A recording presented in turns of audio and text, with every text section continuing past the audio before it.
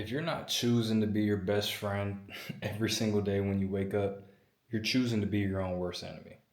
It might sound dramatic, it might sound extreme, but it's the truth. Because the biggest enemies aren't the people who are outspoken about how much they dislike you. Your biggest enemies are the people who don't feel anything about you. Because the people who hate you, they're actually going to push you. They're going to push you to be greater. They're going to push your name out to some other people who might not hate you. And they're going to push the people who don't hate you to love you even more, to defend you. So if people feel nothing about you, it's actually the worst thing that can happen. Now, take that with your relationship with yourself. If you feel nothing about yourself, you're being your own biggest enemy. If you're not actively choosing to be your own biggest supporter, you're not going to be. And if you're not your own biggest supporter, then no one's going to support you. You're looking around waiting for somebody to say, hey, I believe in you. All the things you want to do in your life, I believe you can do them, and I'm going to help you to do them. This isn't Hollywood. This is real life. This is you, your life, not just any life. It is your life. It is the one life that you get. And I know everybody says life is short. I know everybody says YOLO, all these different things.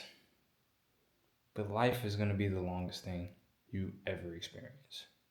So you might as well take advantage of it because you're not going to find anything that goes longer than life. You have as much time as you have, and you have time right now in this moment. If you're listening to this video, you have every opportunity. You might have challenges, you might have obstacles in your way, but if you decide to wake up and be your own best friend, when you look at yourself like I'm looking at myself right now, you have a choice. You can say, hey man, Anthony, this video is trash, man. Pack it up, try again. You know what? Matter of fact, just go to sleep, go to bed. What's the point? No one's watching these videos anyway. Or you can say, hey, Anthony, keep doing this. Because imagine where you're going to be in a year. Anthony, keep doing this because it's helping you. Even if no one watches it, it doesn't matter. And guess what? People are going to watch it. Someone's going to watch it. And the exact right amount of people who need to watch it will watch it. Life is long. Life is going to put you in the rooms that you need to be in, whether it be on a laptop screen or a computer or laptop screen and computer screen, obviously same thing. A TV screen, a phone screen, whatever it is that you're watching on. I got put here for a reason. You got put in front of it for a reason. You have to be your number one fan.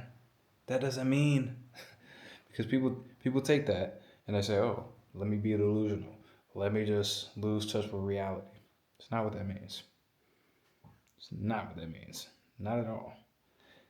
If you want to be your number one supporter, if you want to be your number one fan, you actually have to be the most in touch with reality out of everyone. Just like me, you heard me say, I recognize that this video, it might not reach 1 billion people. It might not reach 50 million people. I also realize that it might.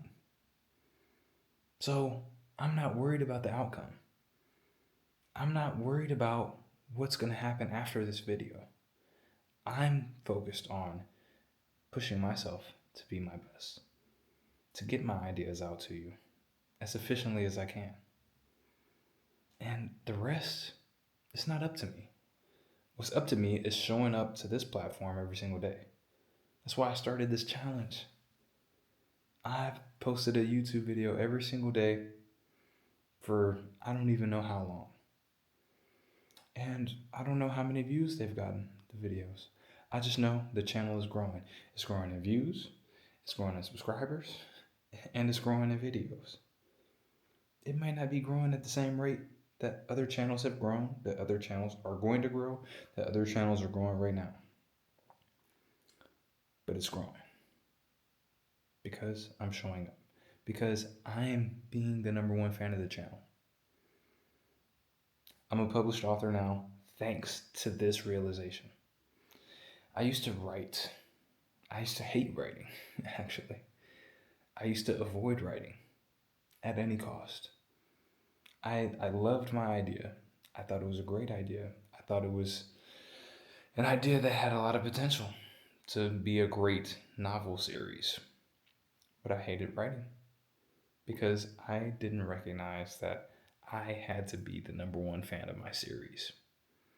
I was sitting there criticizing it, just breaking it apart, picking it apart, looking at all the flaws, thinking about all the negative things people could say about it, thinking about all the things that could go wrong if I published this into the world. But I changed my perspective. I said, hey, what if instead of thinking that way, I said, hey, this is my favorite series, and I get to decide what happens. I get to decide how my favorite characters appear in the world. That's special. I get to choose how you view the world that I'm a fan of. Once I started seeing it that way, I started to see it as my responsibility to sit down and write every day. So I'm not some kind of productivity guru, but I help people to do the things that they want to do. They just struggle to make time for. And I help people to do that because I had to do that. I had to grow into that. I had the idea to write my books years before they got published. And I spent entire summers without even opening the document. Months, maybe even a year.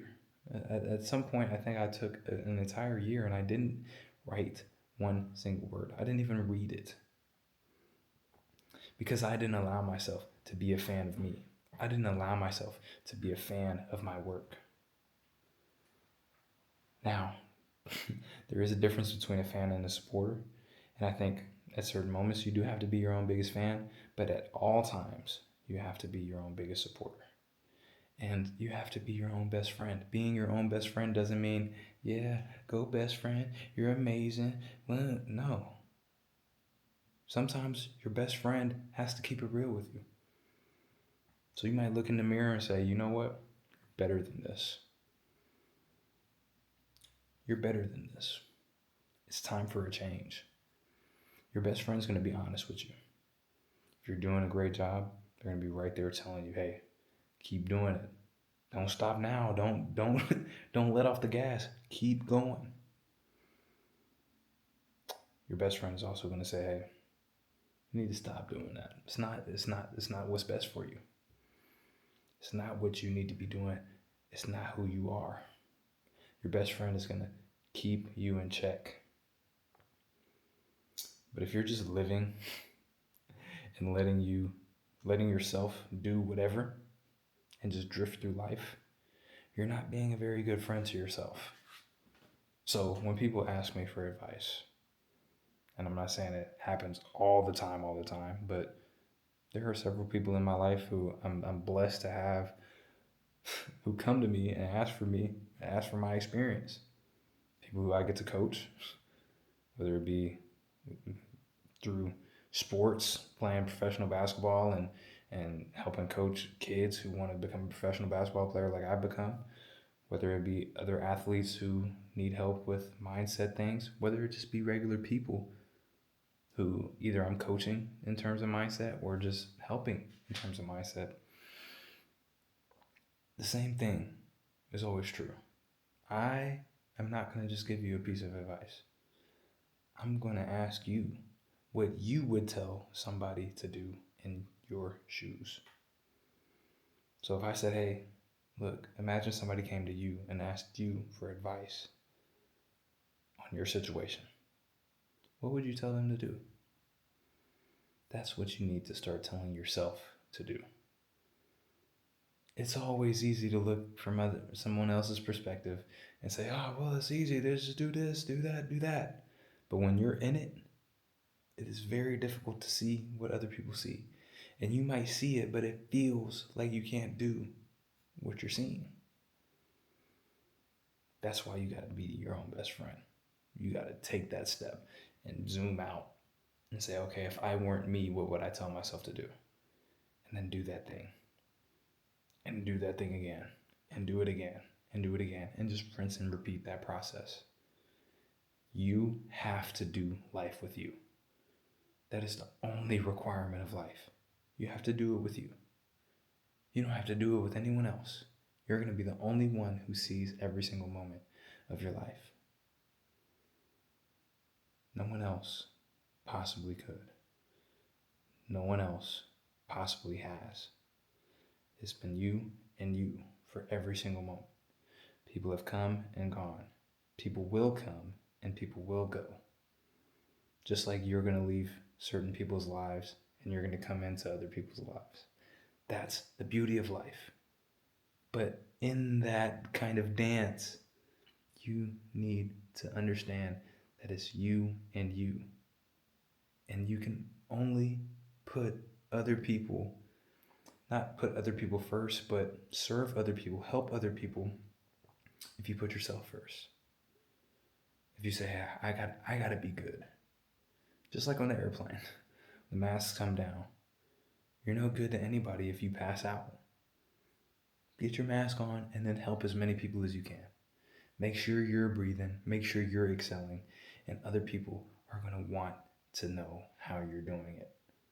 And you're going to be able to help them all the more. Remember that. Understand that. And just enjoy being your own best friend. People want to be around people who like themselves. People like people who like themselves. It's okay to do that. It's okay to be your own best friend. And if you need help or a reminder of how to be your own best friend, then I'm pretty much posting videos every single day on how to do exactly that, how to understand who you are and become the best version of yourself. So make sure you stick around for that. Other than that, I want you to remember that the best, as always, is yet to come. And I'll see you tomorrow, or I'll see you on the next video, which you should find right here. And the option to subscribe and keep finding the best version of yourself, keep being your own best friend, is right here. I'll see you wherever you choose to see me next.